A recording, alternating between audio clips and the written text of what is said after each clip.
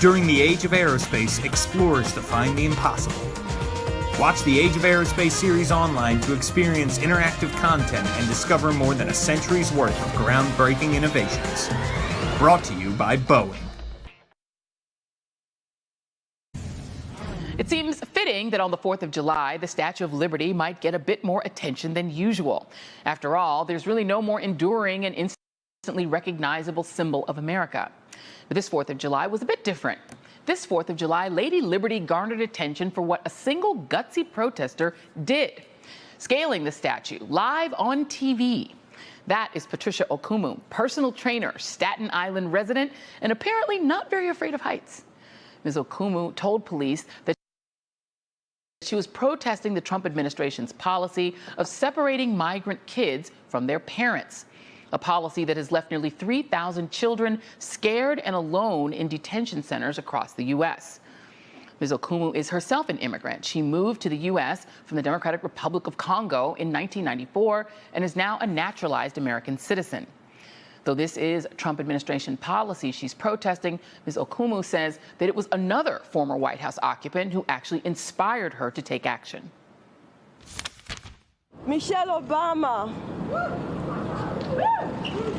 our beloved First Lady that I care so much about, said when they go low, we go high, and I went as high as I could.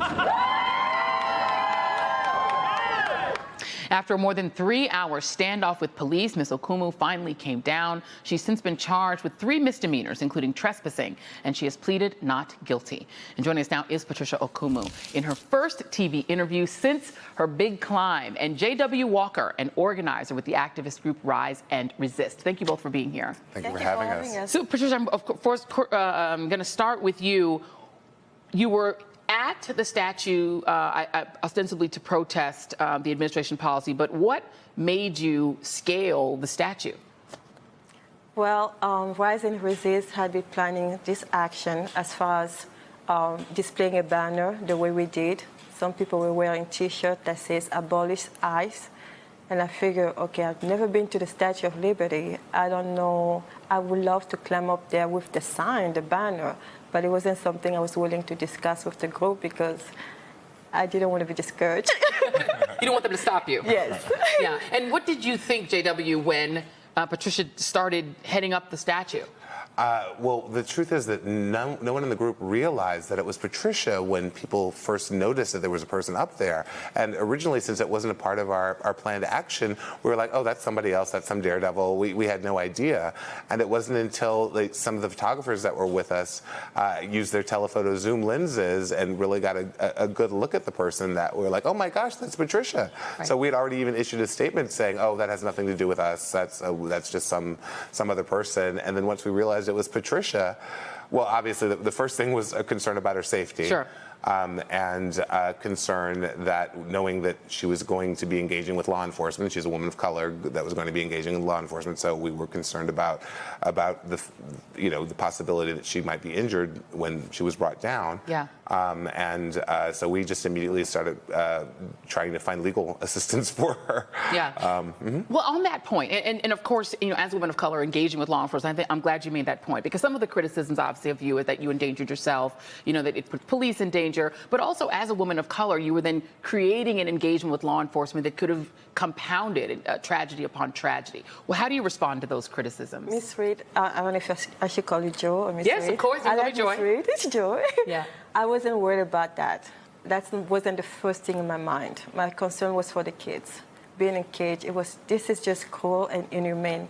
I couldn't live with that. I had to do something. And what was the message that you wanted people to take away from what you were doing?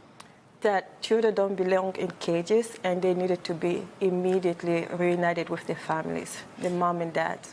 And JW, as far as the group is concerned, does this fit with sort of the overall Rise and Resist message? Is this what you want, direct action?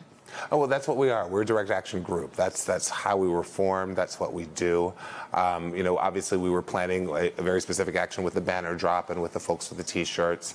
We generally don't plan things where people are going to be in any sort of peril or danger. But we absolutely support Patricia and what she did. The fact is that we were there to call attention to ICE, to call attention to how much ICE is subverting and perverting all of the ideals that America holds dear, and Patricia just took it to the next level. Once we realized that she was safe, when she was down and she was safe, and there was nothing endangering her, all we could do was celebrate the success and the attention to ICE and to these issues that she brought. Well, let's talk a little bit about, how the Trump administration's policies have hit you as an immigrant. And we share something in common. I have Congolese roots. You are from the Republic of Congo. When you first started hearing the way that Donald Trump talks about immigrants, S-hole countries, in fact, referring to some African countries, the changes in migration policy, and now the detention of children, just tell me how that hit you as an immigrant. Well, first of all, Donald J. Trump is a distractor-in-chief, and no way I'm going to focus my attention talking about his insult to immigrants.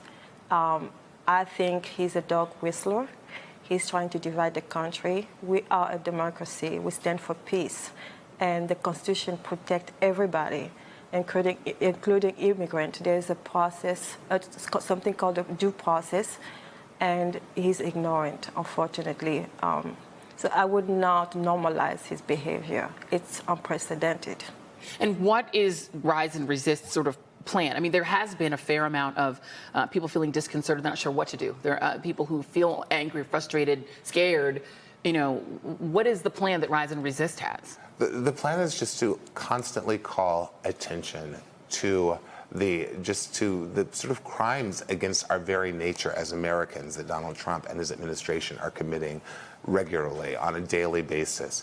It's obviously not just ICE, it's the Customs and Border Patrol, but ICE is taking people who have been living and working and paying taxes and raising their families here for decades and storming into their homes and removing them over poorly filled out paperwork from their early immigration process. It's disgusting. And just briefly before we go, what the status of your legal case now? When you're expected to be in court? August 3rd.